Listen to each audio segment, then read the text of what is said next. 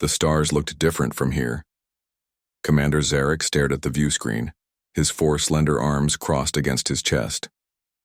6 months had passed since their fleet of 12 ships had become stuck in this empty part of space. 6 months of watching power levels drop. 6 months of wondering if they would die here forgotten. "Energy reserves at 28%, Commander," said First Officer Nalara, her skin shifting from its normal blue to a worried purple. "Life support will fail in another 3 weeks at current usage rates."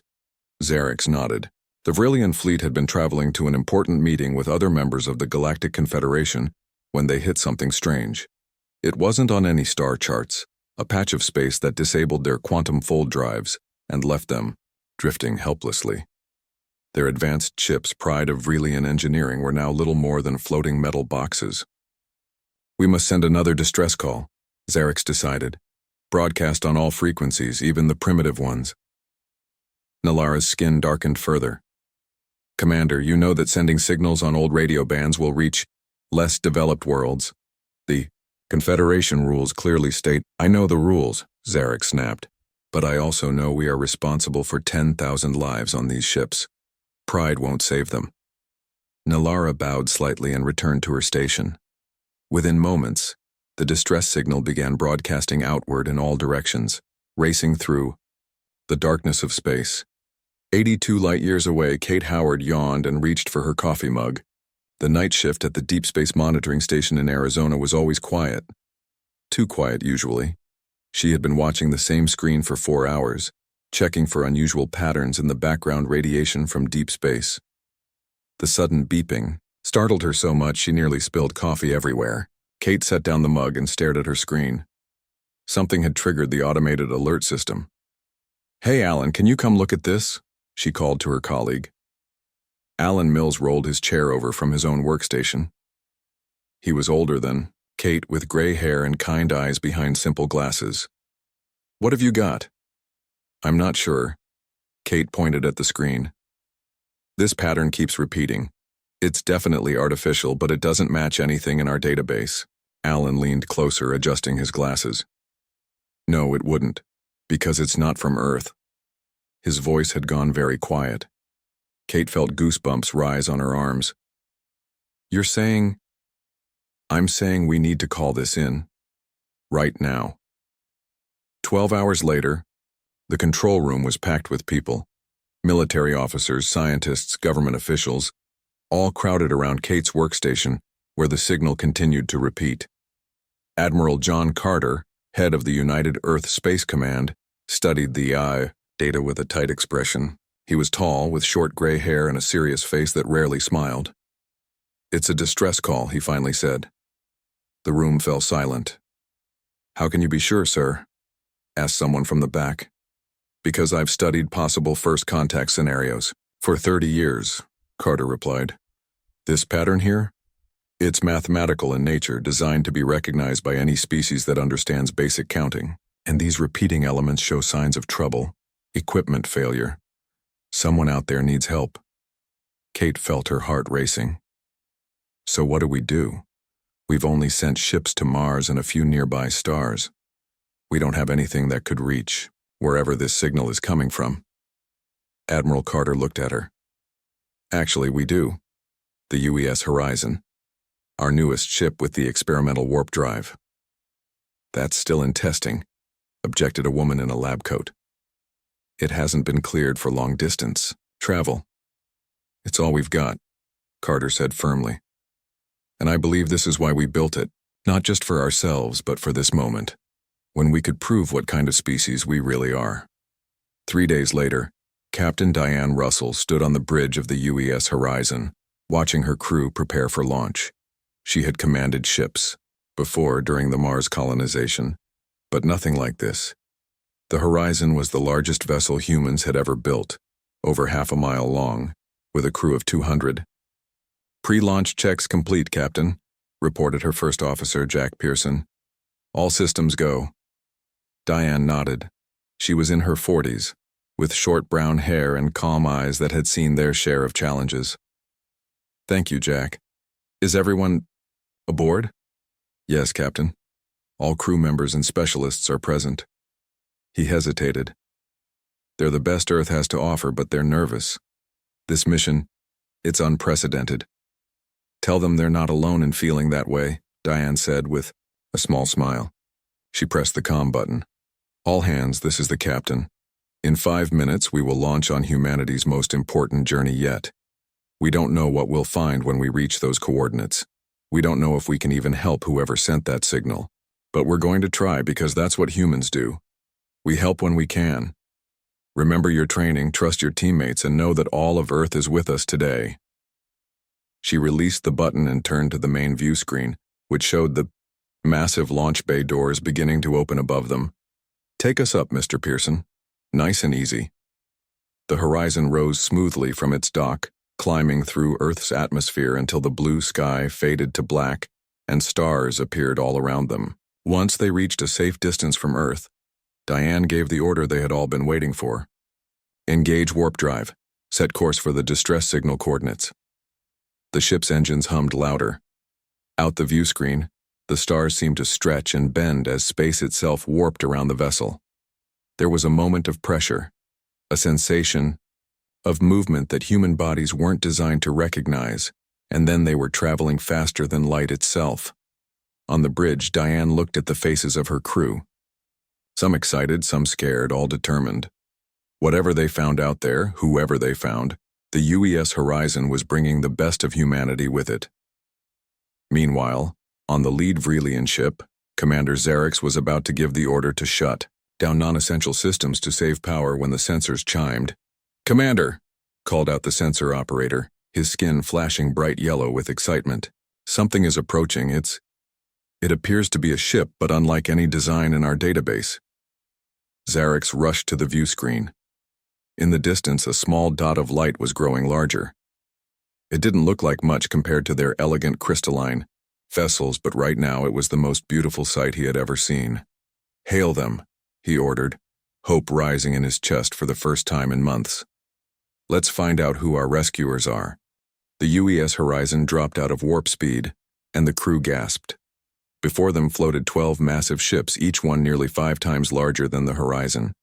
They looked like giant crystals, with smooth surfaces that caught the distant starlight and reflected it in rainbow patterns. "My God," whispered Jack Pearson. "They're beautiful." Captain Diane Russell nodded but kept her focus. "Scan those vessels. I want to know their status." Science Officer Lisa Young bent over her console, her fingers moving quickly across the screens. "Captain, I'm detecting life signs, thousands of them. Definitely not human. The ships appear to be running on minimal power. Several have damaged sections." "Any weapons pointed our way?" Diane asked. "No, ma'am. In fact, their defensive systems seem to be offline." Diane took a deep breath. "Open a channel. Let's introduce ourselves." Communications Officer Ben Ortiz adjusted his headset. "What should I say, Captain?" "Start with mathematics," Lisa suggested. "Numbers are universal. Send a simple sequence. First 10 prime numbers, maybe." Diane agreed. "Do it, Ben. Then add a simple greeting in English. They might not understand the words, but they'll know we're trying to communicate." The message went out, traveling across the emptiness of space to the alien fleet. Minutes passed in tense silence. Then Ben's console lit up. "Captain, we're receiving a response. It's coming in as a holographic signal." The air in the middle of the bridge shimmered, and suddenly there was something else standing among them. The being was tall and slender, with 4 arms and skin that seemed to shift colors like the surface of a soap bubble. Its face had large, dark eyes and no visible nose or mouth. Several crew members jumped back in surprise. Security personnel reached for weapons, but Diane held up her hand to stop them. The holographic alien made a gesture with its upper arms, and a strange musical sound filled the bridge. A moment later, an artificial voice translated, "Greetings. Unknown vessel. I am Commander Xerix of the Vrelian Confederation Fleet. We are grateful for your response to our distress call." Diane stepped forward. "I am Captain Diane Russell of the United Earth Space Command vessel Horizon. We received your signal and came to offer assistance."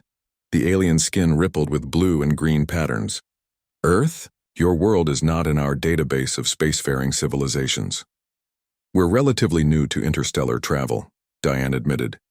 This vessel carries our first experimental warp drive. The alien seemed to study her. And you traveled into deep space, risking your lives to answer a call from strangers? That's what humans do, Diane said simply. We help when we can. The alien was silent for a moment, its skin now pulsing with a soft golden glow. Remarkable. The Galactic Confederation categorizes your species as level 2, barely capable of reaching your own moon. Yet here you are. We've come a long way since those classifications were made, it seems, Diane replied with a small smile. Now tell us about your situation. What happened to your fleet? Commander Zarek explained how their ships had encountered an unusual space phenomenon that disabled their advanced quantum fold drives. Without those drives, they couldn't travel faster than light, leaving them stranded far from any help. Permission to come aboard your vessel, Commander? Diane asked. Our chief engineer would like to assess the damage. Perhaps we can find a way to help. Zarek's skin flickered between colors. He was clearly having an internal debate. Finally, he nodded. Permission granted, Captain Russell. I will welcome your team personally. 2 hours later, Chief Engineer Sam Porter floated through the interior of the Vrelian command ship. The artificial gravity was barely functioning to save power. Beside him hovered Commander Zarek and a Vrelian engineer named Talara. Sam had never seen anything like this ship. The corridors curved in strange ways, and the walls themselves seemed partly alive, responding to the Vrelian's touch with subtle changes in color and texture. This is your engine room? Sam asked as they entered a vast chamber filled with crystal-like structures and pulsing light patterns. Yes, Talara replied, her voice translated by a small device Sam wore on his collar. The quantum fold drive manipulates dimensions beyond standard spacetime. It allows us to travel great distances instantly. Sam studied the equipment with amazement and growing concern. I've never seen technology like this. It's far beyond our understanding. Then how can you help us? Zarek asked, a note of disappointment in his translated voice. I didn't say we couldn't help, Sam replied with determination. I just said it's beyond our current understanding, but humans are good at figuring things out. He floated closer to a damaged section where crystal components had fractured. What powers these drives? Quantum energy extracted from zero-point fields, Talara explained, using terms that barely made sense to Sam. Sam was silent for a long moment, thinking. Then he tapped his communicator. Porter to Captain Russell, we've got a situation here. Their technology is incredibly advanced. We can't repair it directly. That's disappointing news, Chief, came Diane's voice. But, Sam continued, I have another idea. We might not be able to fix their quantum drives, but what if we modified our warp drive to create a field large enough to tow their ships? There was silence on the other end. Is that possible? Diane finally asked. Theoretically, it would take all our power, and we'd need to make some significant adjustments. But I think it could work. Talara's skin had turned a bright yellow. You would use your primitive technology to tow our fleet? That is an interesting proposal. Sam smiled at her. Sometimes simple solutions work best. Your ships are designed for speed and elegance. Ours is built like a workhorse. Different approaches for different species. Zarek moved closer to Sam, studying him with those large alien eyes. You would expend your ship's energy reserves to save strangers from another world? Like the captain said, Sam replied, meeting the alien's gaze. That's what humans do. Later, back on the horizon, the senior officers gathered to discuss the plan. Lisa Young had concerning news to share. The phenomenon that disabled the Vrelian fleet isn't just sitting there, she reported, pointing to sensor readings. It's expanding, slowly but definitely growing. If it continues, it could eventually reach Earth's travel routes. All the more reason to get moving, Diane decided. Chief Porter, how soon can you have the modified drive ready? Sam rubbed his tired eyes. With the Vrelians' help, maybe 3 days. Talara has already offered to assist. She seems fascinated by our primitive approach to space travel. Jack Pearson laughed. I think they're starting to like us. despite themselves. They may not have a choice, Diane said. We're all they've got. She stood up. Let's get to work. We have 12 ships full of people counting on us. As the meeting ended, Diane looked out the viewport at the massive crystalline vessels floating alongside her small ship. First contact had gone better than anyone could have hoped. But the real challenge was just beginning. The next few days on the UES horizon were filled with non-stop work. Chief Engineer Sam Porter barely slept as he coordinated the modifications to the ship's warp drive. The plan was ambitious, maybe even impossible, but it was their only option. Cantor. Me that plasma coupler, Sam said to his assistant, Frank Willis. They were both floating in the engine room, surrounded by open panels and floating tools. Frank passed the tool over. He was younger than Sam, with messy dark hair and a permanent frown. This isn't going to work, he muttered. We're trying to tow ships 5 times our size with technology they consider primitive. Well, their fancy technology isn't helping them much right now, is it? Sam replied as he adjusted a component deep inside the warp core housing. The door to the engine room slid open and Talara floated in. The Vrelian engineer moved gracefully in zero gravity, her forearms making her seem almost like she was swimming through the air. I have completed the resonance calculations you requested, she said, her translator device making her musical language into flat English. But I must warn you again, your warp field was never designed for this purpose. Sam nodded without looking up from his work. Sometimes you have to improvise. That's something we humans are good at. Talara's skin rippled with a pattern of dark blue spots, an expression Sam had learned meant confusion or skepticism. In Vrelian engineering, we plan for all possibilities. Improvisation suggests inadequate preparation. Frank snorted. Must be nice to know everything in advance. Down here in Level 2 civilization, we make things up as we go along. Talara's skin flushed a bright orange. Among the Vrelians, this was a sign of embarrassment or offense. I did not mean to suggest. It's fine, Sam interrupted, glaring at Frank. Different approaches, that's all. Frank, go check on the power distribution system. I need those numbers. As Frank pushed off toward another section, Sam sighed. Sorry about that. He's brilliant, but not always diplomatic. He speaks his true thoughts, Talara observed, her color returning to normal. Among my people, this is valued in scientific discussions, if not in social ones. Sam smiled. Then you and Frank might get along better than I thought. In another part of the ship, Captain Diane Russell was meeting with Commander Zarix and Science Officer Lisa Young. The 3 of them stood around a holographic display showing the expanding spatial anomaly. Its growth rate has increased by 12% since yesterday, Lisa reported, pointing at the glowing red area. At this rate, it will engulf the Vrelian fleet completely within 2 weeks. Zarix's skin had taken on a dull gray color. And your ship with it, if you remain. All the more reason to succeed, Diane said firmly. Chief Porter reports the modifications are proceeding on schedule. We should be ready for a test tomorrow. Lisa adjusted the display to show a simulation. Even if the modified warp field works, the power requirements are enormous. We'll be operating at 118% of recommended engine capacity. Can the Horizon handle that? Diane asked. Lisa hesitated. For a short time, maybe. But the further we try to go, the greater the risk of catastrophic engine failure. Zarix moved closer to the display, studying it with large, dark eyes. Your crew is risking their lives for strangers. We're exploring space, Diane replied. Risk comes with the territory. Zarix turned his gaze to her. My species has traveled the stars for 2,000 years, Captain Russell. We have encountered many civilizations, but few that would undertake such danger for others without clear benefit to themselves. Diane smiled slightly. Maybe that's our benefit, knowing we helped when we could.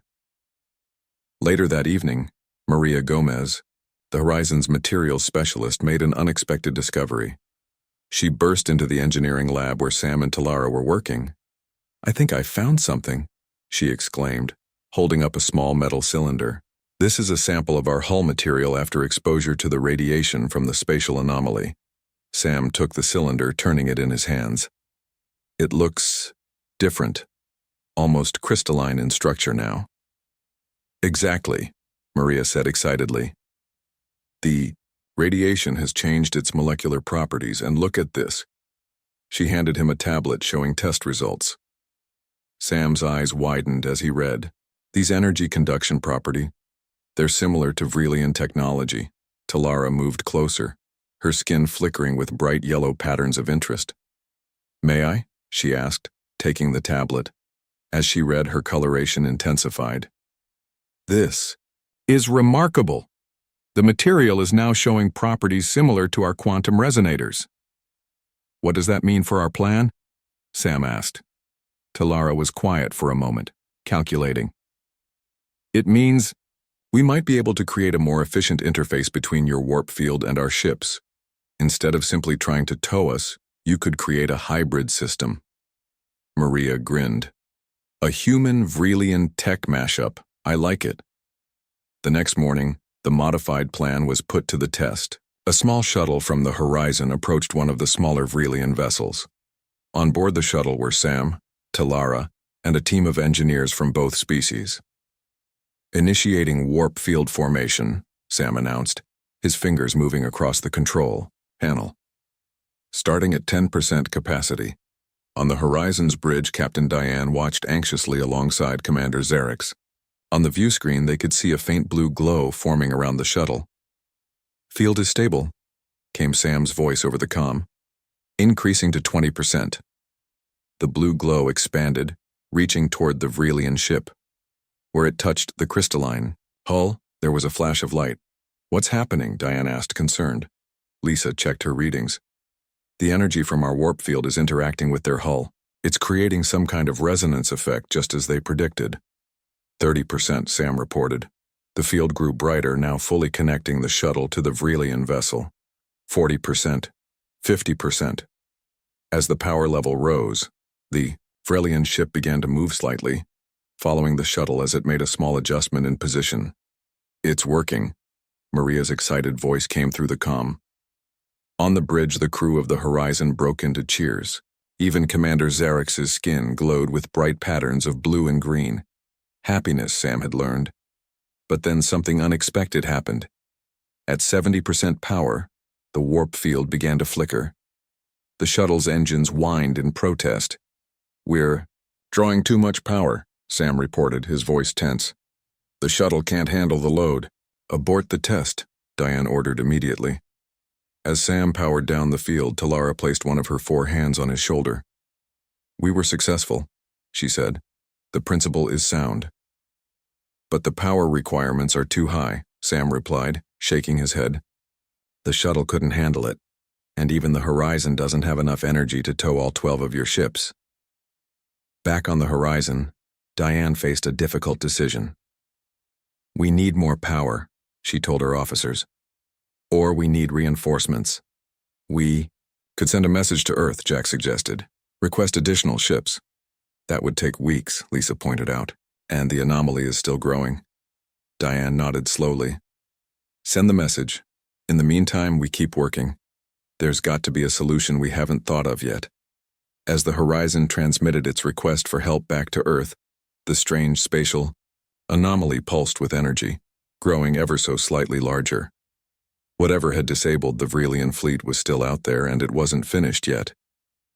Days passed as the crew of the UES Horizon continued working on solutions. The spatial anomaly grew larger, and strange things began to happen on both the human and Vrelian ships. Captain, we have a problem, Lisa Young reported as she entered the bridge.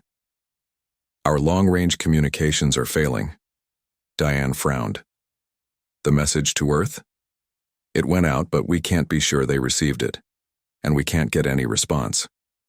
Jack Pearson looked up from his station.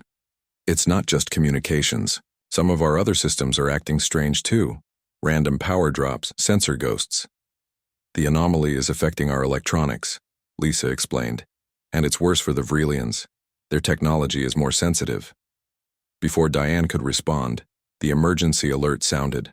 Captain, to the medical bay, came the doctor's voice over the comm system.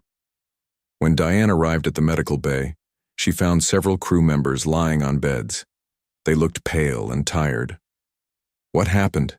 She asked Dr. Carol Wright. They all reported the same symptoms, Carol said. Headaches, strange dreams, and hearing whispers when nobody's there. All of them were working near the hull facing the anomaly. Diane turned to Lisa, who had followed her. Is it radiation? Not in the traditional sense, Lisa replied, but there's definitely some kind of energy coming from that thing. Energy we don't understand. Later, Diane met with Commander Xerix on the Vrelian command ship. His skin had a dull, grayish tone that she had come to recognize as a sign of stress or illness. Your people are experiencing the effects too? She asked. Yes, Xerix replied. Several have reported unusual mental phenomena, dreams of ancient cities and strange machines. The same machines? Diane asked, suddenly alert. Yes. Which suggests these are not dreams at all, but some form of communication. Lisa, who had joined them, stepped forward. Or influence. The anomaly could be affecting our minds directly. Xerix's skin rippled with dark patterns. There is something I must tell you, Captain. Something I should have shared earlier. Diane waited, sensing bad news. My fleet was not disabled by accident, Xerix admitted. We came here deliberately, to study the anomaly. You knew it was here? Diane asked, surprised. Why didn't you tell us? Because the anomaly matches descriptions in our ancient texts, Xerix explained. Texts that speak of our ancestors who achieved interstellar travel millions of years ago, then mysteriously vanished. We believe this may be one of their sites, a vault of knowledge. We were attempting to access it when our systems were disabled. So you poked a beehive and got stung, Diane said, trying to keep the anger from her voice. A beehive? Xerix asked, confused by the term. It means you disturbed something dangerous without proper precautions, Lisa explained. We had precautions, Xerix replied, his skin now flushing orange with embarrassment.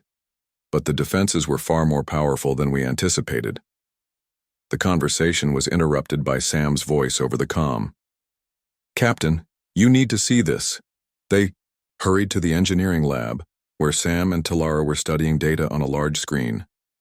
We've been analyzing the anomaly's energy pattern, Sam explained, and we found something interesting. The pattern isn't random, it's structured, almost like code.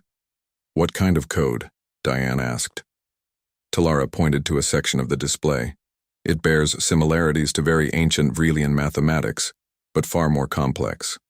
And there's something else, Sam added. The pattern is changing, it's growing more organized, like something is waking up. A sudden alarm blared, and Jack's voice came through the comm. Captain, energy surge from the anomaly. They rushed to the nearest viewport. The anomaly, usually just a distortion in space, was now glowing with bright blue light. Pulses of energy radiated outward, washing over the ships. Get everyone away from the hull, Diane ordered into her comm. Full quarantine protocols. As the crew scrambled to respond, the ship's systems began to fail one by one. Lights flickered, and artificial gravity wavered. On the Vrelian ships, the situation was worse. Their sensitive technology was more vulnerable to the energy pulses. We need to move the ships, Diane decided. Get some distance from the anomaly. We can't, Sam, I replied grimly. The engines on both our ships are offline. We're dead in the water. Just as the situation seemed most desperate, Lisa's console beeped with an incoming signal.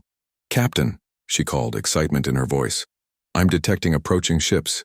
3 of them coming in fast. Vrelian? Xerix asked, hope coloring his skin bright blue. No, Lisa replied, her eyes wide. They're human, Earth ships. The view screen showed 3 vessels dropping out of warp. They were similar to the Horizon, but newer with more powerful engines. The lead ship sent a transmission. UES Horizon, this is Captain Greg Bennett of the UES Challenger. Looks like you could use some help. Diane smiled with relief. Captain Bennett, you have no idea how glad we are to see you. Bennett's face grew serious. We received your message, and we've brought supplies, equipment, and some interesting news. There's a lot of debate back on Earth about your first contact. Some people are excited about meeting a new species. Others are concerned. What kind of concerns? Diane asked. Political ones, Bennett replied. I've been ordered to assist you in rescuing the alien fleet, but also to secure any advanced technology we can.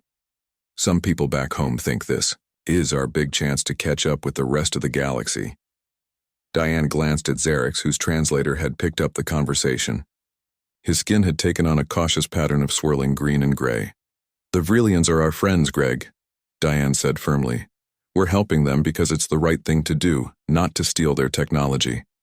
I agree, Bennett said quickly, but not everyone back home feels the same way.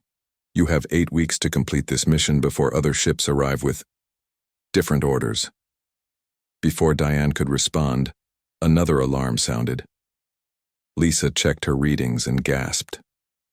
The anomaly is changing again. Its energy patterns are reorganizing even faster now, and I'm picking up something new, a structure inside it, some kind of facility or station. It was hidden before, Xerix said quietly. Now it's revealing itself. Sam looked at the readings, and then at Diane. Whatever is in there, it's waking up, and I don't think it's happy about visitors. The arrival of the 3 Earth ships changed everything.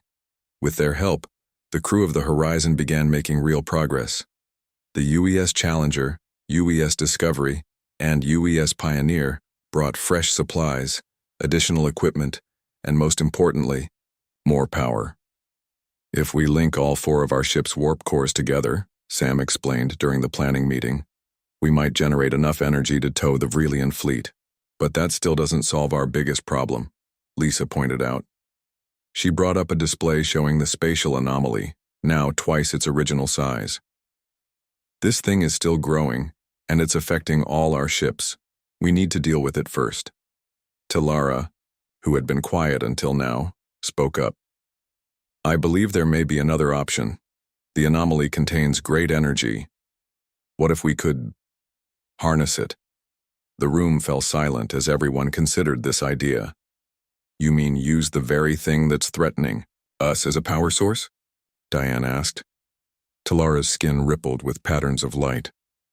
Precisely. If we can place resonance devices at key points within the anomaly, we might be able to channel its energy into our drives, and perhaps collapse it at the same time, added Xerix. Removing the threat entirely. Sam scratched his head. It's crazy, but it might actually work. There's just one problem, Captain Bennett said.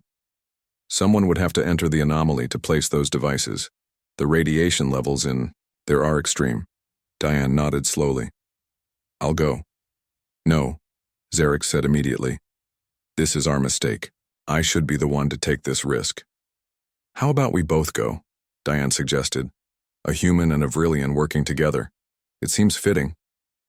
2 days later, a specially shielded shuttle approached the edge of the anomaly.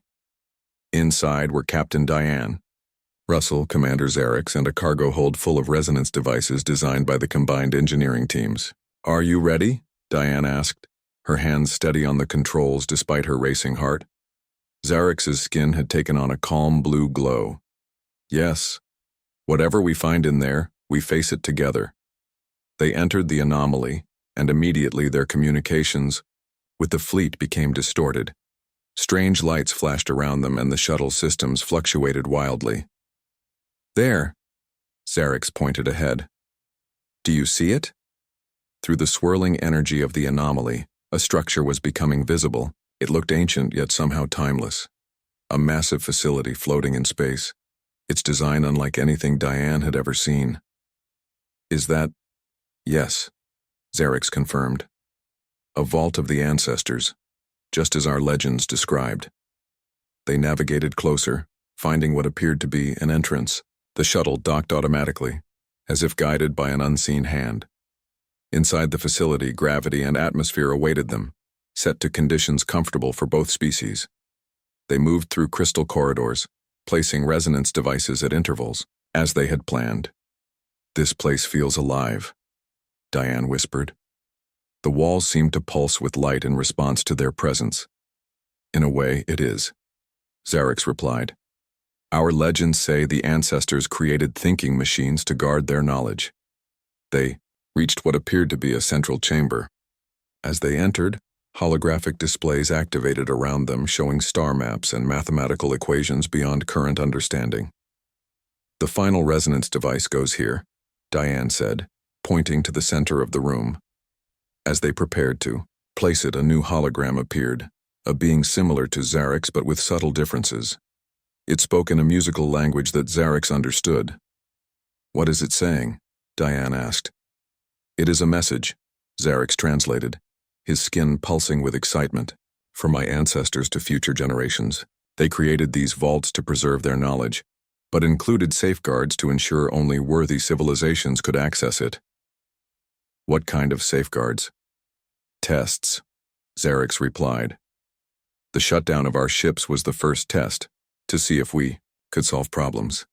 But they expected us to solve it alone. They never anticipated cooperation between species," Diane finished. "They didn't expect different civilizations to help each other." The hologram continued speaking, and more displays activated around them. "It says the test is now complete," Zarek's translated. "By working together, our species have proven worthy. The vault's defenses will deactivate." But even as he spoke, alarms began to sound. The facility shuddered around them. "What's happening?" Diane asked. Zarek's listened to the hologram, his skin now pale with concern. "The defensive systems were in place too long. They've become damaged over millions of years.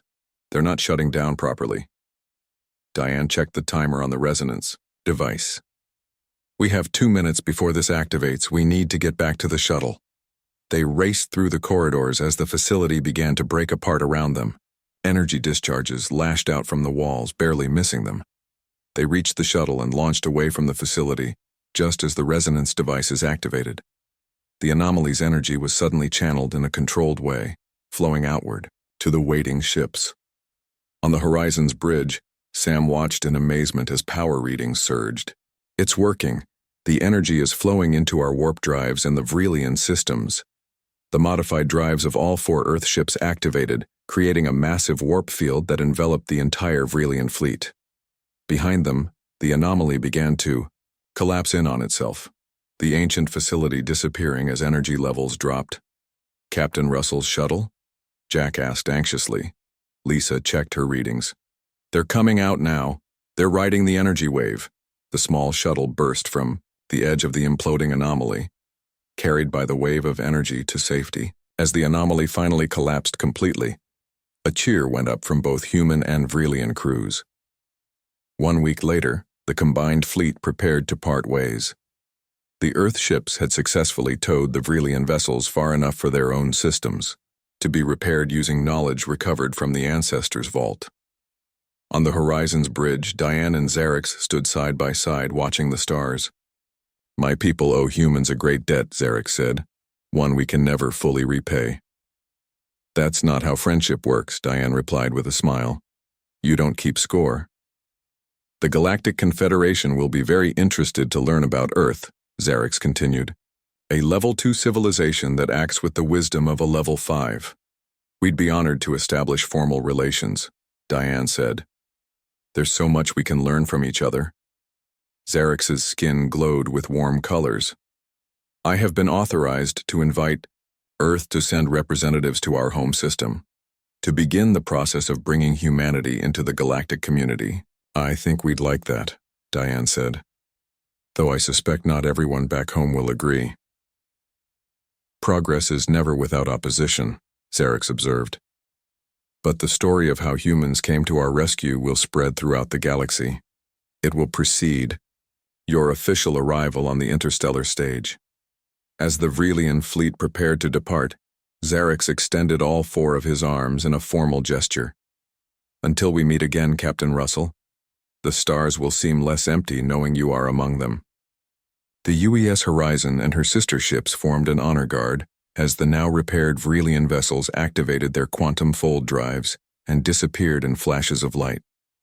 On the bridge, Diane gave the order to set course for Earth. They had quite a story to tell when they got home, the story of how humanity reached out to help stranded strangers and found their place among the stars.